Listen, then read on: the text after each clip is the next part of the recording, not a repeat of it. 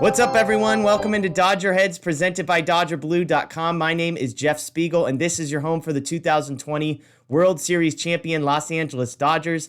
Unfortunately, this morning, also your home for the 2021 Los Angeles Dodgers, who get no hit by the Chicago Cubs last night. And that's why we're here. It's the morning after a no-hitter, and I want to ask Dodger fans, how are we? How are we feeling? Are we worried? Are we nervous? That's what I want to talk about. Let's start first by saying, you know what? There's two teams involved in a no-hitter. Hat tip to the Chicago Cubs. Mookie Betts said it last night. Zach Davies and those guys, they pitched well enough, obviously. Clearly, yes, they did allow 8 walks, but the Dodgers were never able to get a hit. And there's two teams involved, so we got to give some credit for the Cubs. But I want to talk mostly about the Dodgers. I want to ask the question, how worried should we be? How concerned should we be? And the answer is, honestly, I don't really know, but here's what I want to say. Here's the headline. I'm worried by the lack of excuses the Dodgers had last night. It was a home game for the Dodgers. The Dodgers are a much better home team.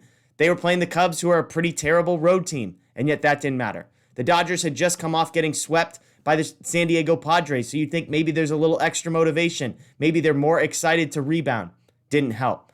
Not a long travel day. Yes, they came from San Diego. Yes, they didn't have a day off, but for some guys, that might be basically the same thing as their normal commute. They might have slept in their own beds the night before, so no travel day. As far as lineup, yes, Will Smith was out. Yes, Justin Turner was out, but you still had Mookie, Bellinger's back, Muncy's back, Chris Taylor all in the lineup, so we can't blame injuries. It was against a right-handed pitcher, not a lefty. We know the Dodgers struggle against lefties, and yet they get a righty on the mound. But here's the biggest one. Of all the non-excuses the Dodgers have, Zach Davies is not very good.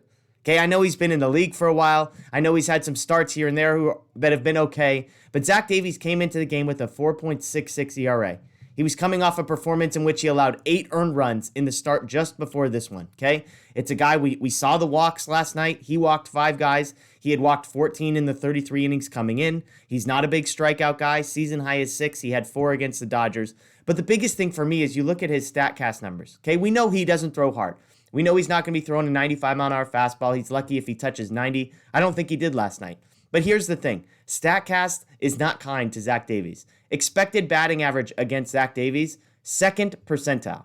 Okay, 2nd percentile. That means if you put everybody on a Major League Baseball, all Major League pitchers on a chart, he is at the very, very, very, very, very bottom of that list. 2nd percentile in expected batting average. 2nd percentile in strikeout percentage. 4th percentile in expected on-base average. 4th percentile in expected ERA. Okay, so he's one of the worst pitchers. Now, even after last night, his average exit velocity, his hard hit percentage, his barrel percentage, all in the bottom half of the league, below 50th percentile. His whiff rate is 10th percentile. So when you're talking about a roster that has Mookie Betts, Cody Bellinger, Max Muncy, Chris Taylor, etc., etc., etc., to go against a guy like that and get no hit for 6 innings is absolutely pathetic. It's embarrassing. And again, I don't mean that in the sense that the Dodgers are pathetic. The Dodgers are embarrassing. I'm just saying last night's performance was disappointing, and there's no other way to put it. Okay, yes, we know the Cubs bullpen, as I said on our preview show, they have the best ERA in baseball. So once you get into the 7th, 8th, 9th, and they go to the pen, my expectations drop. But to get no hit by Zach Davies for 6 innings, that's the disappointing part for me. Last night, the Dodgers put 20 balls in play. Half of those had an expected batting average under 050. Okay, so you want to talk about not getting hard contact. Half of their balls in play had an expected batting average of under 050.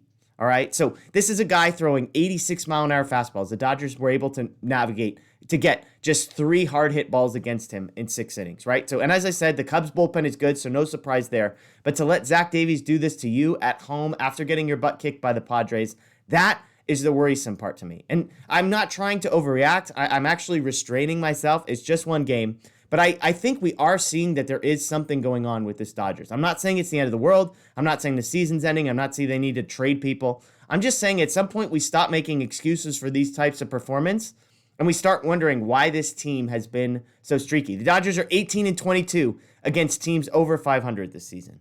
Okay, they're below 500 against good teams. They're 26-9 against bad teams. This is their second 4-game losing streak of the season. And so at some point, you want the Dodgers to just wake up. And so far this season, Daniel and I have talked, and it's been like, hey, small sample size, we're getting to a point where we're almost to the halfway point. And we need the Dodgers to pick it up. Now, if you want to be optimistic, let's do the optimistic thing. Let's not end there, okay? First of all, the Dodgers have the second best record in the National League still. So let's be positive. They had 8 walks last night. So 8 base runners in 9 innings, not the end of the world. They all just came via walk, no hits. They did have 3 balls hit again with an expected batting average over 580 against Davies, another against Tepera. So maybe you say, maybe there's some bad luck there.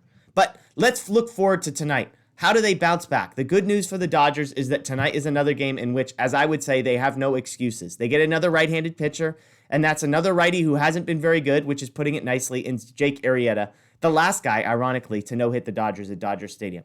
Here's the deal on Arrieta. This is not Cy Young Jake Arrieta. 5.54 ERA on the season, 66 innings pitched. He has 0 outings in which he has not allowed a run this season. He hasn't gone more than 5 innings since May 14th. Here's the most encouraging part if you're a Dodger fan, discouraging part if you're a Cubs fan. He has allowed 32 earned runs in his last 38 innings. Okay, in his last 38 innings, he has allowed 12 home runs. StatCast, again, agree. He's in the bottom 10% of all of Major League Baseball in exit velocity, hard hit percentage, expected weighted on base average, expected ERA, expected batting average, expected slugging, whiff percentage, okay? Bottom 10% of all of baseball in all of those categories. If you want to look for one Dodger who's had success, Max Muncy is 4 for 10 in his career with 2 home runs off Jake Arrieta. So all of that to say, I think the Dodgers bounce back tonight. I think the offense rebounds in a big way. I'm not saying it's going to be a 15-run outpouring necessarily, but I do think the Dodgers get things figured out. I'm going to make the prediction. I think the Dodgers get a hit in the first inning off of Jake Arrieta tonight. I think they put a run on the board in the first 2 innings against Arrieta and the Cubs. And I'm not saying they're going to win, although I think they will, but I think this is going to be good for the Dodger offense. Tony Gonsolin on the mound for the Dodgers. So, Dodger fans, where are you at? That's what I want to know. In the comments below, let me know. How are you feeling? Are you concerned? Is this one game out of 162, or is this becoming a trend that you're worried about? Daniel and I will be live post-game tonight, so make sure to set your clocks for that. After the game, we'll be right here on Dodger Blue 1958 YouTube channel. So make sure you subscribe, ring the notification bell. We'd love to have you join us. As always, check out DodgerBlue.com for all the day after coverage from last night's game, as well as preview stuff for today. My name is Jeff Spiegel. We appreciate you joining us. Vince Scully, wash the bad taste out of our mouth and get us ready for tonight's game. The best team holding a trophy high in the air. The Los Angeles Dodgers, champions of the baseball world.